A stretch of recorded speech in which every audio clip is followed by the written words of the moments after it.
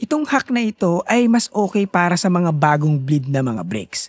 But sometimes gumagana din ito sa mga matagal nang na bleed na brakes. Ito ang pag-zip tie ng brake levers overnight. Ang nagagawa nito ay paakyatin niya yung mga tiny bubbles sa system papuntang reservoir para magkaroon ka ng mas firmer na brake feel.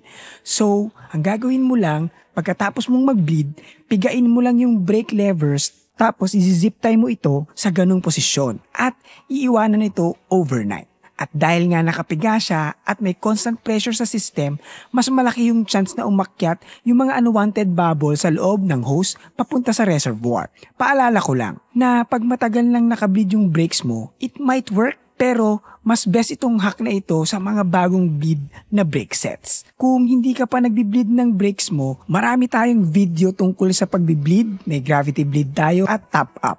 Ililink ko na lang sa description ng mga videos na yan. At kung ako sa'yo, bumili ka na ng ganitong bleeding kit. Madali lang naman matutong mag-bleed basta meron ka ng proper tools. So ilalagay ko na rin yan sa description.